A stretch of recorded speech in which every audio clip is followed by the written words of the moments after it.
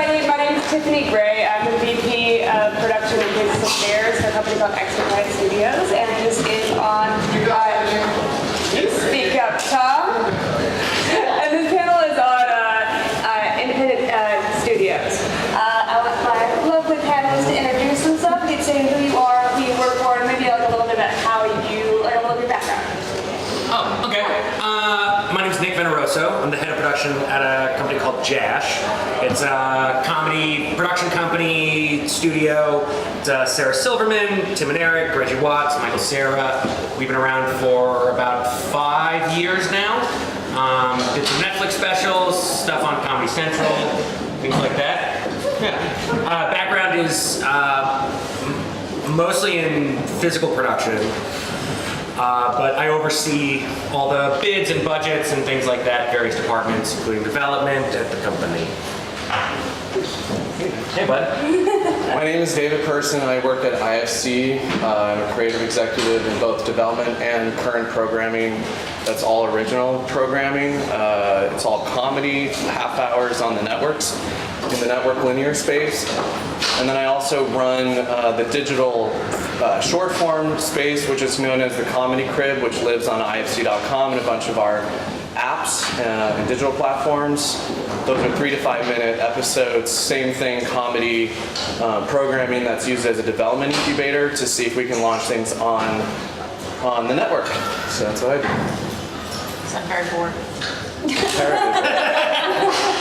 My name is Laura Schwartz. I'm a director of development for Newform. We are a studio that focuses primarily on scripted content for the digital space, but we also do some television as well. We have shows across multiple different platforms. We have a lot of Go90, CWC, Full Screen, and we have an animated show coming out on TBS next year. And yeah, I work in the development side, so bringing in new creators and really like crafting these projects. My background, I come from both a production and development background. Before this, I was at a production company called Abominable, and before that, I was at MTV in New York. I'm Kate Grady. I'm the executive director of production at Adaptive Studios. Adaptive has been around for about 5 years, and we have a dead IP stream of products where we buy up old scripts and turn them into publishing entities and then into feature and TV. I run with Stephen Christensen at the back. Please make him uncomfortable.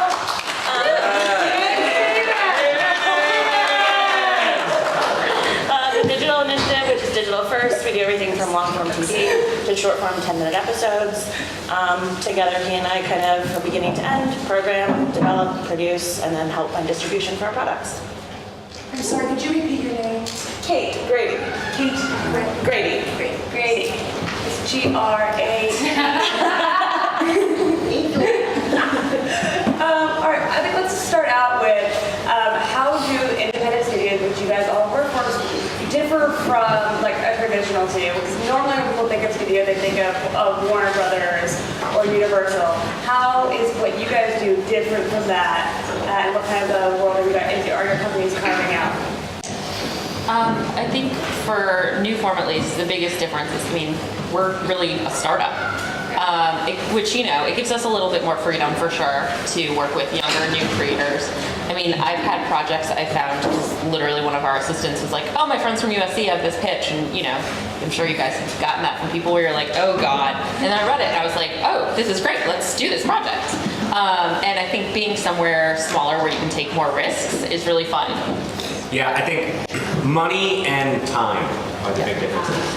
It's less money, but it gets executed much faster. From concept to it being out into the world could be anywhere from 2 months from rushing things through. It's not years of developing and going back and forth. It's fast. I think for Adaptive, the thing that differentiates us from traditional is we haven't siloed production and development. So production and development in traditional world, everybody develops and then they hand scripts to production and say, go make. In our world, because time and money are a factor, we develop with the intention to produce. And so there's no wall between development and production. We make decisions hand in hand in order to actually be able to write a script that we can then afford to make. And I think it's just kind of a modern, efficient way to to be developing and producing? For a place like IFC, we don't have an IFC studio.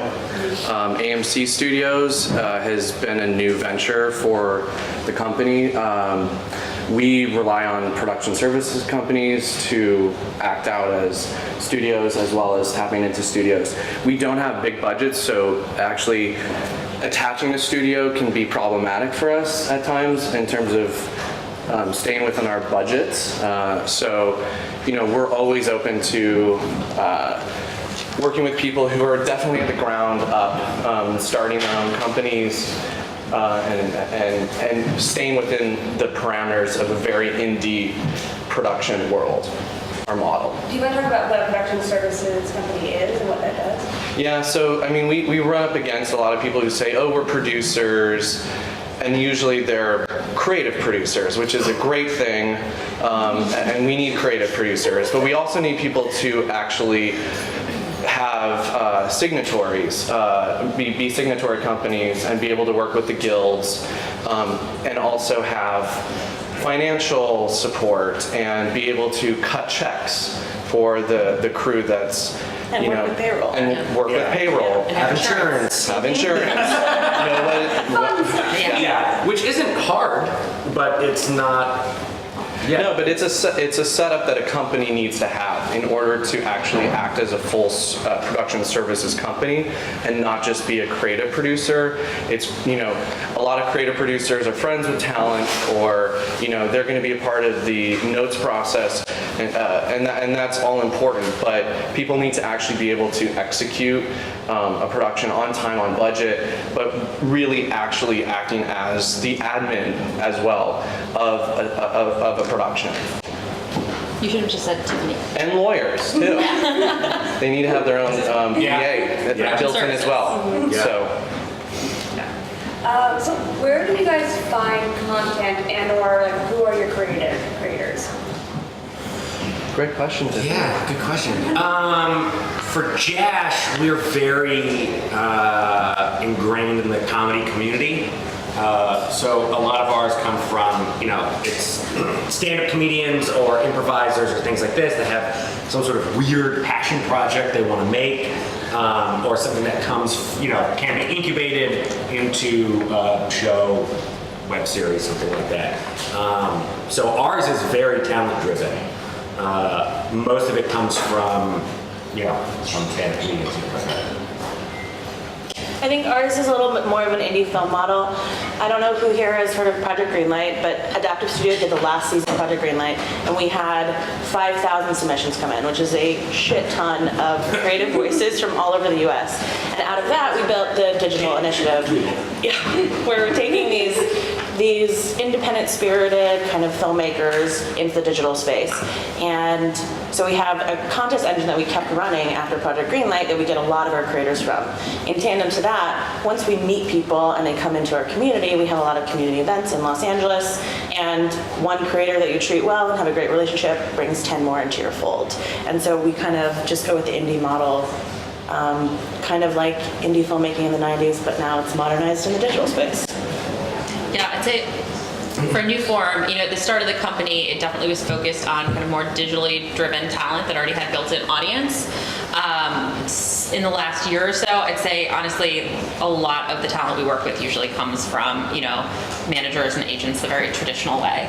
But at the same time, sometimes we'll have people come and say, hey, I saw this awesome thing on Vimeo.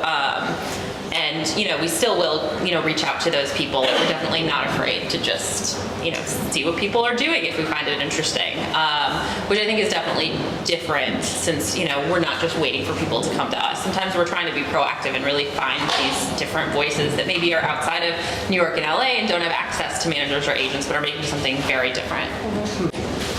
Yeah, IFC being a comedy specific network, we're similarly in the same position as Jash, where we do mine a lot of comedians, or at least voices with a comedic bend on it. We're very much in the comedy first, especially in the Kinsey scale of comedy versus drama, and the dramedies being all in the middle of it.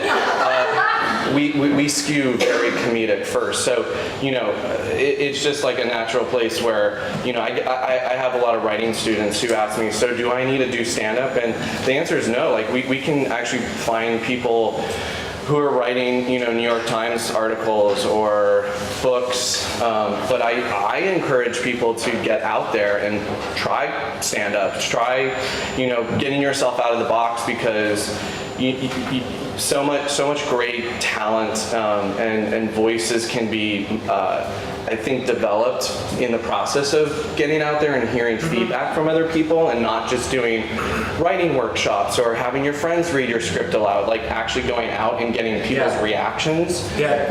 Because so much of what we do is really geared towards, following our gut and listening to people talk. So point of view is a huge, angle that we look at, and looking for a very distinct voice. And sometimes you kind of have to go out there, put yourself out there to, get that feedback about, like, okay, what differentiates me from anybody else who's actually out there and doing the same thing. Yeah, you don't have to make it a career. You don't have to be like a stand-up comedian, now this is what I'm doing, or an improviser, but it's honing that craft in a different way is extremely useful. I think that's true for drama though as well, or any other genre. Where it's like, if you're not doing stand-up, then you're making a short film and trying to get a staff pick on Vimeo, or you're trying to get into the shorts of the week. Like, finding the specific voice and putting it out there and proving why you have talent and what stories you want to tell. That's really that's finding your voice, and stand-up is a really clean, streamlined version of that, where, like, if you watch the difference between, like, Sarah Silverman doing stand-up or Doug Benson, you know what their voice is as soon as they come on. And in finding content or writing or producing or directing, being too, I can do all of it, like, you want to be a little bit more specific and find your voice in that. Yeah, because even some stand-up people are not great writers, or vice versa. So, we also even look at Facebook Live feeds or Instagram posts to mine people who might actually be a great voice for us for promos. The great thing is, like, all these platforms can be extended platforms of IFC's brand, and just because maybe you're not developing something for the half-hour space, you could be absolutely utilized in so many other ways. Trying to do a marketing play, or being on the Comedy Crib. There's so many ways of getting your voice out there and being heard. I mean, I really believe in what Jimmy Iovine says, that great can be found anywhere, and we have the capability, if there's a good producer on board with talent, like, we can make a show anywhere, realistically. So. I think also, if you're going out and you're making stuff, you need to just give yourself permission to fail sometimes. Like, you're never going it's okay, the first stuff you put out there is gonna suck. Yeah. It's gonna be bad. But you'll learn from it. Yeah, but, like, it's in comparison to the second, third, and fourth thing you do. Yeah, I think that's a really good point, because sometimes I think people get very precious about their projects, and they put all their eggs in one basket, so to speak. And sometimes, making your first, second, third piece is going to be your sample, what we call our sample pieces, so that we can just get familiar with somebody. Because getting to the network stage, I don't want to discourage anybody here, but it takes time. It takes time to build relationships. We have to convince our bosses that this is somebody we want to be in business with, because it's a lot of money that we're spending. We don't program that much, so everything is hyper competitive. So sometimes, getting out, just doing anything that is going to be your calling card, so to speak, is a really important thing. And then getting to your show, maybe even starting it out small as a little tiny short piece that can introduce a character or an idea of a show. That's sometimes the best way of getting out there to places like us. Yeah, just grind it out. I mean, it's never stop making the next thing. If don't be discouraged, putting all your eggs in one basket is, if you have so much money and time and this is your thing, you're going to do it, great, and put your heart and soul into it. But know that it's always for the next one. This thing that I'm working on right now might not be the thing that is the trajectory that gets me a show. It's going to be the thing after I do this one and the one after that. So you have to keep that momentum in your head. I know for myself, like, I'm happy that like my projects that are my babies were not the first ones that I did. So I was able to go out and like learn what stretch your other legs. stuff, and then come back and be like, all right, now I've gotten myself to a place where I can make something that's good, and my taste and my skill level have come to equal each other. Yeah. So okay, you guys all get pitches, receive pitches a lot. What, and I this is both for pitch materials, for like the deck that comes out, and then also for like pitches in your room. What works for you guys, what doesn't? Like what do you want to see both in the deck and here in the room? And what would be turn you off? Should we just go into horror stories? Oh, yeah. Well, I think in physical form, the stuff that's most useful for us is a deck. I don't know if you guys know what a deck is. It's basically a PDF PowerPoint presentation. It's like between 5 and 10 pages that outlines your characters, your theme, your setting, has some beautiful imagery of the tone you want to achieve, and talks about the overarching story as well as the specificity of a few episodes of the story. Because we're in all episodic stuff. We're not really doing long form. Overarching, like the story arc of your season, as well as a couple example episodes, is really helpful. You can embed videos and links and stuff like that. The thing although us in the, I'll call us middle level, because we all have bosses, we'll look at it, but you have to assume that everybody's going to look at it on their phone.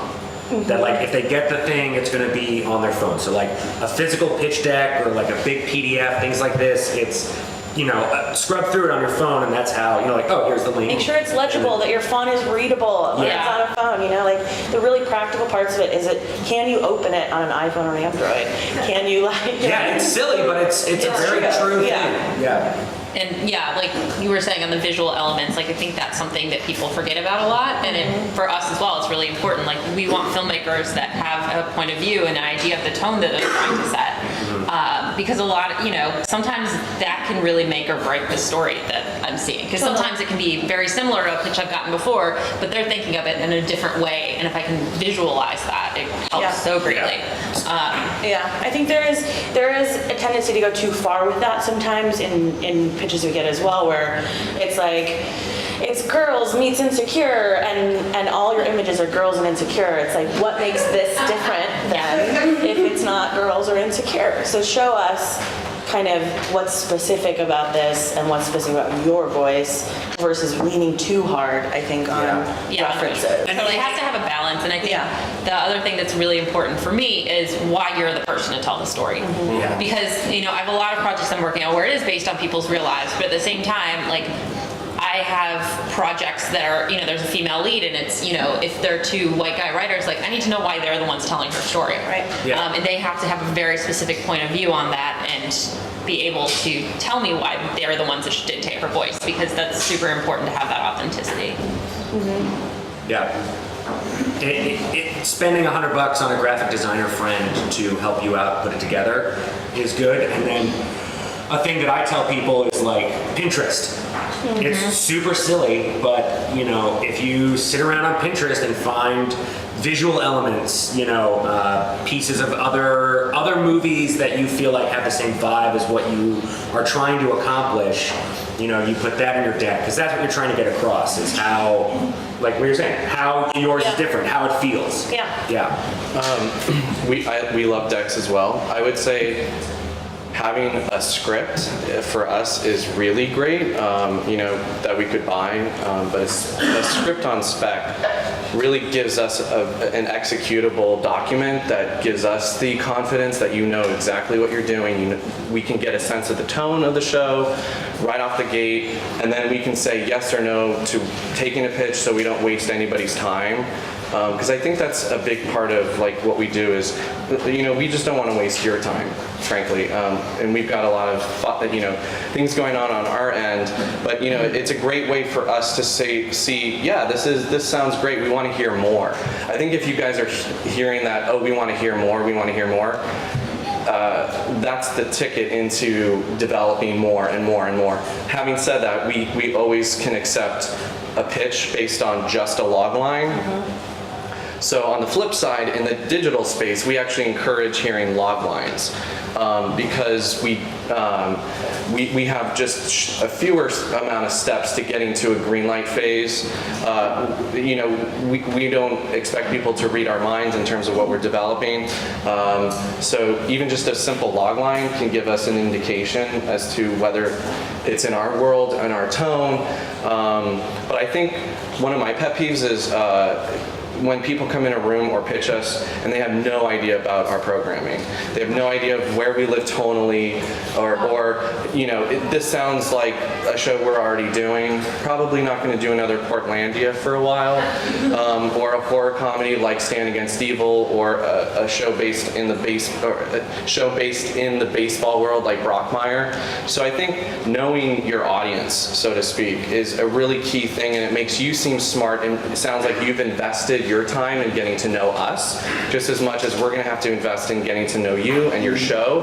It's a mutual exchange, it's a mutual relationship, and I think we want to receive as much, you know, respect in that, in the sense that you know exactly who our audience is, because essentially you're going to be making a show and investing a lot of our time and resources to making that connection with our audiences.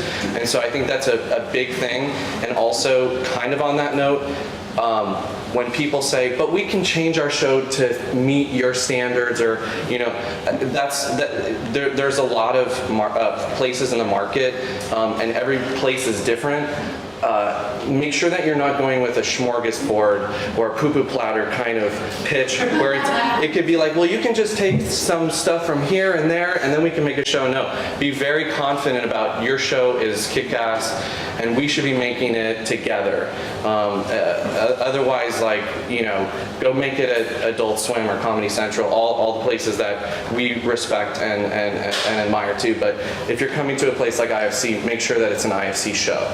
Yeah, and I think that's a little different because these guys have distribution built in when they buy something, because you both have platforms. And for Laura and I, we're buying things across all genres, and we find distribution that kind of fits whatever the show is. And so if you were going to pitch the four of us, your pitch would be different based on what each of our companies does. So we have a lot of people come in who have no idea what our model is because they haven't done the research, and they think we're like an IFC, and they pitch us as though we have distribution. And instead we want to hear why the show is badass and the best show and we should buy it, instead of trying to tailor it to something they think we want. Yeah, let us decide what bucket it should fit in, you know, because even if it's a very thoughtful thing to be like, we can change it, we're open to notes, good, that's going to happen no matter what. You know, like, you're going to get it any way you cut it. But if your show is something that's like, hey, we're this specific genre, this is what we want to do, this is why we think it's good, you know, it might not be something that we have right now available, but 2 months down the line, we're doing a Snapchat show, and we need something that's specific for this thing. Great, here's, you know, Sally and Bill. They had this idea. That's, Sally and Bill. Those are my generic people. I love Sally and Bill. Yeah, they're great. They're fine. Everyone should work with Sally and Bill. They're solid. Great in the room. Sell in the room every time. All right, so all you guys work pretty regularly with like young creators or people who don't have as much experience. What are some advantages and disadvantages of bringing people on who may not have as much experience creating content but have some really awesome original ideas?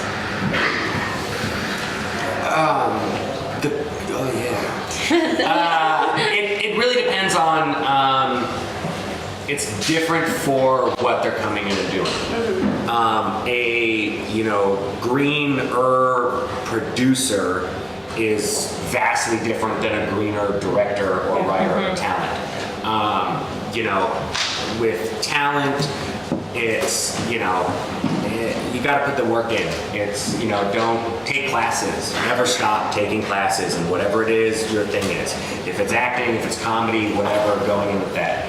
Directing, if you're green and you don't have a world of experience, do the homework. Do as much homework as you possibly can. Have your shot lists, have your mood boards, have all these things, and then go into it knowing that, at least for Jash, when we bring you in, we know that you're fresh and new, and we're going to try to help you do it the correct way, you know? So not pushing back on, well, I want to do it like this. It's like, yes, that's great, and that's how you did it before, but now we're going to try to elevate you. So don't take notes or criticisms as negative, you know? We want whatever it is you're making to succeed as much as you want for it to succeed. So, you know, that's the positive, is that they come in and they're fresh and they're excited, which is great because we're all bitter and upset about everything, you know what I mean? So it's great, we're broken, it's like, you have love again, let me feed off it. You know, so that's good. The negative side is that, like, sometimes, you know, you gotta eat crow. The ego thing is something that I run into a lot, and it is a problem. Yeah, for sure. You know, there's no need, like, I'm not coming in with an ego, you don't come in with an ego either. Like, I don't need to fight you over this. Collaborative process. Yeah, absolutely. I think, you know, the advantage is, like, they'll question things that, like, sometimes it'll annoy me, but sometimes they'll be like, why have I been doing something that way? Or like, that's actually a different idea. Whereas sometimes more experienced writers will just, you know, everything is so much more formulaic. And so that's really exciting. But yeah, the disadvantage a lot of the time, like you're saying, it's just like people that can't take notes, or like sometimes people will be like, well, why can't I write and direct? And you're like, well, you've never directed before. Yeah. So it's kind of hard for us to go to a network and say, oh, sorry, I didn't catch as a writer and director. Like, we will do all we can to, you know, help you, but you got to let go of that ego and recognize that this is, you know, we're going to support you together, and you're going to get a great opportunity, but maybe you're not going to get everything you want out of this first time. Yeah, know that there's a second. Know that the project you're working on now is to get you the next project. Yeah. So don't bite off more than you can chew. Focus on what you're good at and execute on that. Yeah. Yeah. And I think, like, working with people who are very seasoned, who have been through the process, they know the language. They know how to talk to us in development terms and production terms and post terms. And new creators are still learning the vocabulary of how to communicate the ideas as well as the physical elements of execution. And so working with a new creator, it's constantly encouraging them transparency, ask the dumb questions.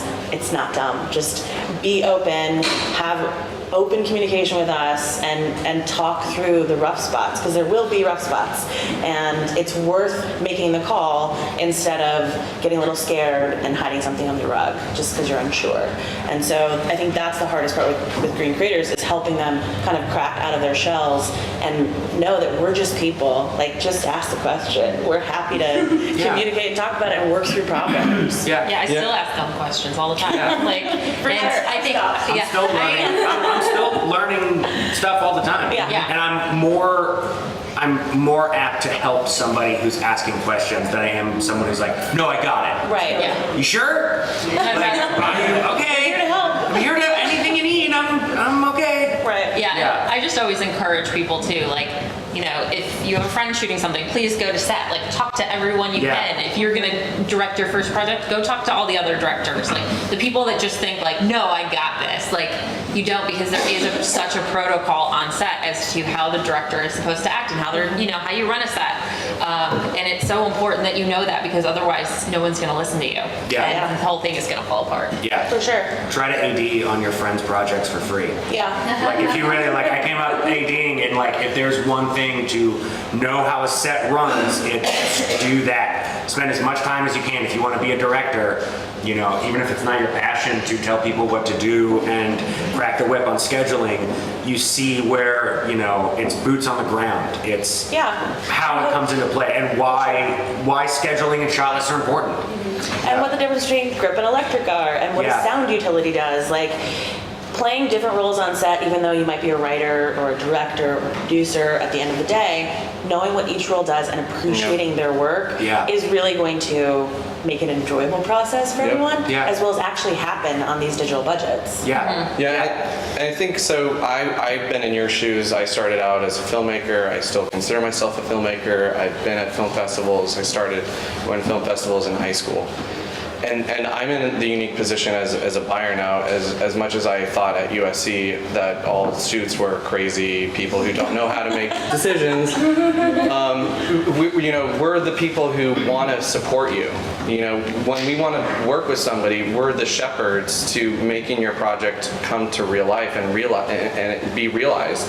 The pitching process only begins with a log line or a script and then getting in the room and telling us about the show, but then there's a handoff to us where we then have to get behind the show and support it and then pitch it up to our bosses. So, I think people who are new to the process sometimes do have to, learn and earn that trust. Good, that goes mutually both ways. And what's cool about the Comedy Crib space is we're always mining new talent, green talent that might take some time to develop relationships with the network people, or at least that team. So we welcome, people who are green and ambitious. I would say that one of the things, and this is not a bad thing, that a lot of green people are very ambitious and they kind of want to throw the kitchen sink in their recipe, and do the big show. Sometimes starting smaller in a small scale where you're not going to have as many problems going into production and keeping it in a model that is super doable and where you're going to get the quality on screen, where you're not having to spend most of your money, fixing issues. That's where I encourage people to think of their shows as smaller, bite-sized, character-driven, all about characters. You want your audiences to get behind your characters. That's what a show is. A concept is great, but ultimately people are watching the relationships build between one another and how people grow, and having fun with the show as well. So, we usually pair, if it's a green writer, we'll pair that writer with a very seasoned producer. That's how I know Tiffany, because we, at the beginning of really developing the Comedy Crib,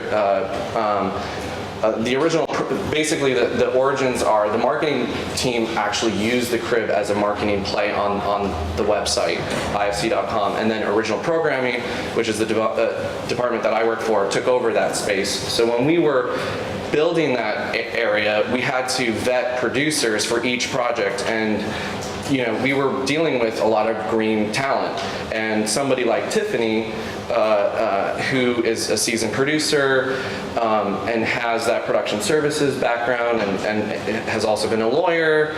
All those things are the things that make us go, yes, yes, yes. We want to work with someone who also has experience working with talent and being a creative producer, but also a hands-on, nuts and bolts producer as well.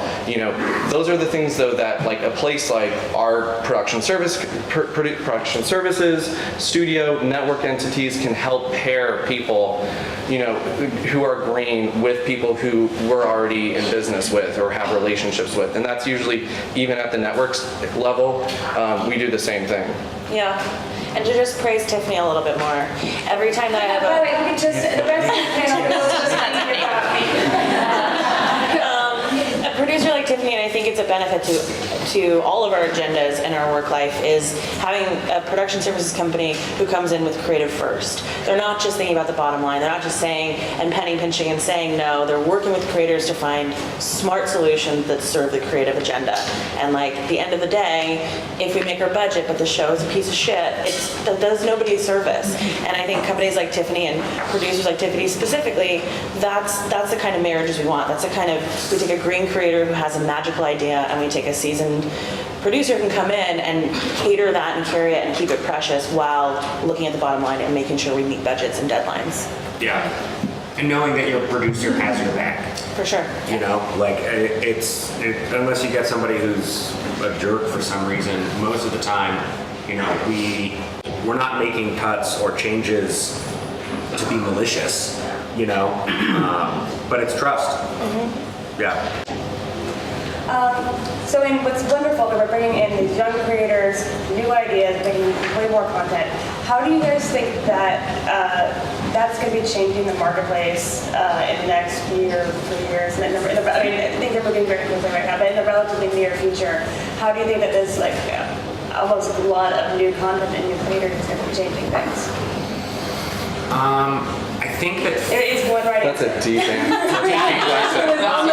big question. I wish I had a crystal ball. I'm Figure that one a out. firm believer that because it has become so much cheaper to make content, that filmmaking is becoming more of like a middle class art form.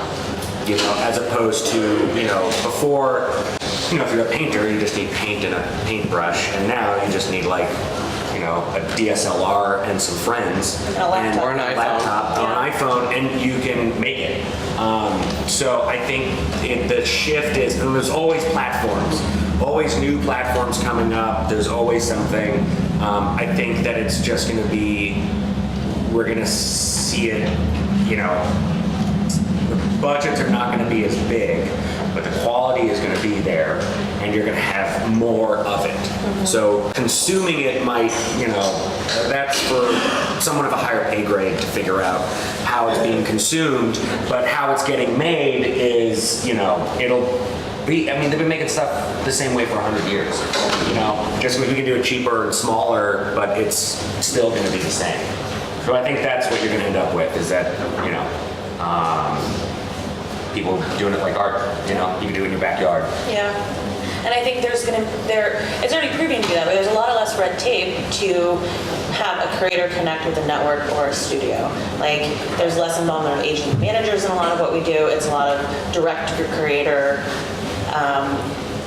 communication and relationships, where sure, we'll get an introduction from some managers or some agents sometimes, but more often we find creators in places like these and through meeting other writers and directors. Like, it's a much more community-based organization and kind of living being than the world of you have to meet somebody only through their agent and then only work through the agent from there on out. Like, I think it's a much more hands-on, personable experience. Yeah. No predictions? I do think in terms of like what you're talking about, although yes, it is for someone of a higher pay grade, I do think there's going to be a tipping point with all of this content that's out right now. And I think that there's going to be a few strong places that kind of stand, as we've already seen with Vimeo and CISO and Watchable. And so I think, yes, I do agree though that there still will be opportunities for kind of smaller, more niche places possibly with smaller budgets. But in terms of, I think, everyone saw this digital landscape as like this, it's going to make so much money in a couple of years. And it's like, I think, yes, maybe the Facebooks and the YouTube Reds, but they're going to just start acting like TV channels. Yeah, that's really where it's going to be. It's like, you're just going to purchase your TV channel and it'll be the same thing as cable. It's like when cable came out, it was like, ha ha ha ha. It's like, no, it's still making stuff. Yeah. So keep making stuff on your own. It's my mid-level evil laugh. I think we're starting to see consolidation with the more behemoth, types of companies, but there's always going to be that individual platform that, where people are going to still be able to have their voice. It's just a matter of time as to when that consolidation is going to start happening, and, are we going to all be watching things on apps? Probably. I cut cable, and I'm in cable like a while ago, so I'll admit it. Yeah, I don't think it's anything for anyone to worry about. I think it's going to end up, for us, it's going to end up being better. Yeah. And I think you have more opportunity. I think more like niche places will start popping up, giving people opportunity to really tell specific stories to that specific audience. Yeah, like you're not going to have I think about like late night hosts. Now you're not going to have 5 late night hosts making $10 million a year. You have vloggers and online content, so you'll have 100 people making $150,000 a year, Yeah, and I also think like the people who are going to have it the hardest are people who are ingrained in the traditional, where they don't know how to work with budgets, they don't know how to deal with things that are not the normal. And I think the malleability and the nimbleness of people in the digital space are kind of going to be the path forward of figuring out and working with what you've got to make something awesome. Yeah, you're not going to get rich, but you will definitely be able to get a home. And have, it's turning into a middle class. It's not just for the upper echelon, As long as you don't live in LA. As long as you don't live in LA. Great. Does anyone have any just like little advice that you give out? Anything specific? Just keep making stuff. Yeah, don't stop. Yeah. Whatever it is. Just keep And chugging even along. like you were saying, like even if your job is writing articles for whatever for Jezebel, like that's if you want to be a writer, like that's helping you get towards your goal. Just think about what you're doing every day and how you can learn from that, and it will get you closer to your goal. Yeah, do the thing, don't act the part. Yeah. Like that's the thing that's frustrating is when it's like you can tell someone's playing the role of director, but they're not putting the work in. You know, they want to tell everybody they're a writer and they're a director and they do all this stuff, but they're not doing their homework. Yeah, I would say like do as many roles. I know we've talked about this, but do as many roles, not just do the AD thing, be a storyboard artist, be an editor, be a production manager, be a location scout, be a producer, be a director, be an actor. That's what I'm saying, like even go out and do stand up on your own. Just get out of the box. I never thought I would be in legal or business affairs, and I'm glad I did. It got me into the network studio space and then back into creative. I've done a ton of stuff, and I have to say my skills have served me very well, and I stand out from everybody else. I think again, it's kind of like at the top. Like if anybody can take anything away is be yourself, be distinct, and find other people who also share your sensibility and your work ethic and whom you can trust. And getting to people like us, sometimes I think there's an amount of excitement that happens and ambition. You want to get to know people on a personal level. I think the personal level sometimes gets, the volume gets turned down because the excitement of the show gets turned up. But for us, I think, or at least I can speak for myself, like I have to get excited about the show, but I also have to get excited about working with someone. Because at the end of the day, it's kind of like a marriage, a working relationship, so you kind of want to keep that in mind, that the personal touch is also important. Yeah, we're going to be together for 14-hour days, 7 days a week. We are going to be intertwined. We should try to be friends. Yeah, I should not see you after 15 hours on set the next day. Yeah. Like, I shouldn't I want to be able to be happy that that's still happening. Yeah, the fact that we haven't killed each other is like amazing. Great. Spending all this time together. You're really, it's funny, it's like you're not fighting the war, you're fighting for the person in the trench next to you. Yeah. And if you go at it with that mentality of like, all right, here's our mission, we're going to do this together, we're a team, more than I'm the star, this is my thing, and you're all here because I did this. It's like, okay. It's so bad. All right, have at it. Yeah. To that very broad note, of advice is reputation is everything. Be kind. Don't be an asshole. Yeah. Do what you say you're gonna do. If you set out to do something and you promise people this thing, do it. Follow through. Be responsible. Be someone who's a good partner and a good collaborator. I think that's the undercurrent of all the relationships you make in this industry is being good to each other and heading in the same direction, have the same intentions. Yeah, I'll work with people who maybe aren't the best, but I just like working with them. And I'm like, listen, I don't want to I'd rather have you on set and you do a good job than someone who's great but a jerk. It's I gotta live with you. I don't want to do that. Yeah. And it's all trust. All trust. Yeah, which is earned. Yeah. Yep. Yeah. Well, does anyone have any questions? I was just wondering, as a new writer, let's say you have something and you get interested in several different places. Besides the money, how do you choose? You want something to really produce, you want it to go on for years. How do you figure that out? I think you have to look at the companies and kind of, what their track records are.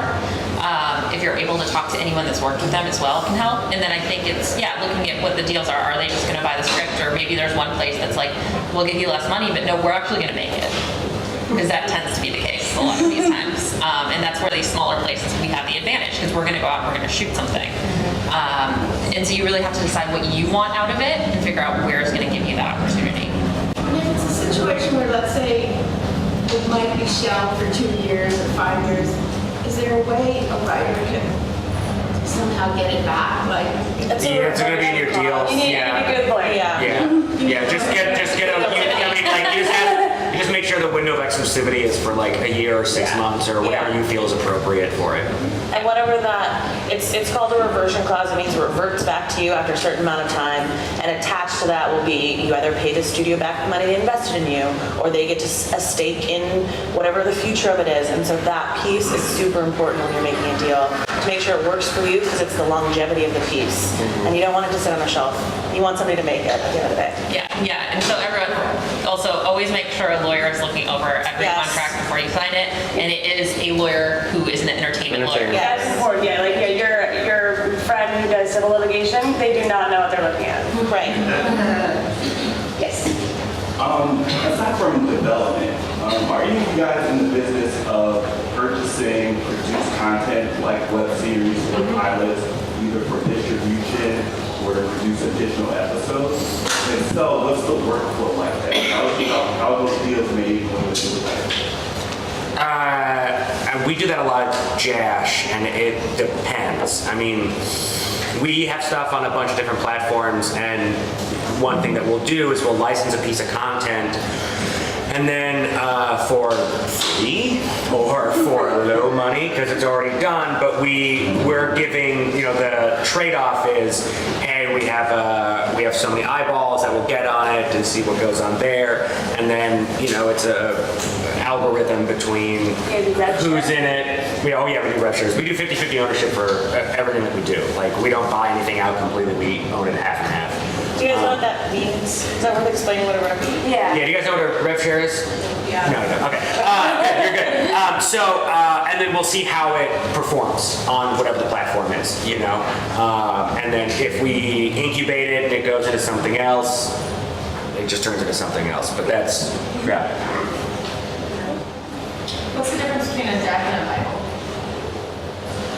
Bible? A Bible is much more in depth. Yeah. A Bible is like literally every episode, a beat by beat, and what's going to happen. In a real traditional Bible or an in-depth one, each episode is 2 to 5 pages of this is what happens, this is the character beats, this is the story beats, this is how it's going to feed into the future story. Like, it's very deconstructed, every element of your story. And I think that includes like all the tonal documents and references and all that stuff as well. So it's a full Bible is probably closer to 30 to 50 pages. Yeah, it's the difference between like a 2-hour meeting and a 30-minute meeting. Right. Yeah. That's a sales tool. Like a deck is really like Yeah. Right. a deck is flash sales. Yeah. After it's been sold, other than a Bible, we have much more information when you're really trying to break down exactly how a show will be structured. We Deck don't. is more, I'm sorry, more condensed. Yeah. It's like a selling. It's a selling tool. Like a one sheet as opposed to two. Yeah, and that it's usually 10, 15 pages And of it's not stuff. very dense. Yeah, Like, it's not like heavy. paragraph by paragraph. It's not like you're putting your whole treatment in, super tiny font in the thing. It's, these are the types of characters we have. This is kind of the overflow. Yeah. Yeah. We can take one more question. You can. Okay. You win. Yeah, you did it. All right. I don't have to make that decision. Yeah, I sure. like this plan. Better be good. Hi. I love that you're standing up like a reporter. It's really different. Well, she was like, can you stand up? And so I thought one of you guys said that. Anyway, so my question is, if you're kind of in between and you have a few episodes of a series, so the tone and the characters are kind of fleshed out there. You've shot them? Already? Yeah, it's already shot. Okay. So you have content, but it's not the full season that you would sell. How developed should your pitch deck be? Is the content enough to get a meeting, or would you want to also receive a pitch deck? You would prefer to swipe through that and then watch one episodes or something? I think for me, I would prefer to look at a pitch deck, and if you cut like a sizzle, and then if I want to see more and request the episodes, that's usually the most beneficial because we end up doing so much development work with the creators. At least it'll kind of give me a sense of like what you're going for, and then we'll talk about like, some more money, where would that go, and how would things shift, and how would you kind of elevate this story? Right. And I'd want to kind of hear a little bit more about that. Okay. Yeah, that's pretty Yeah. succinct. Thank you guys all for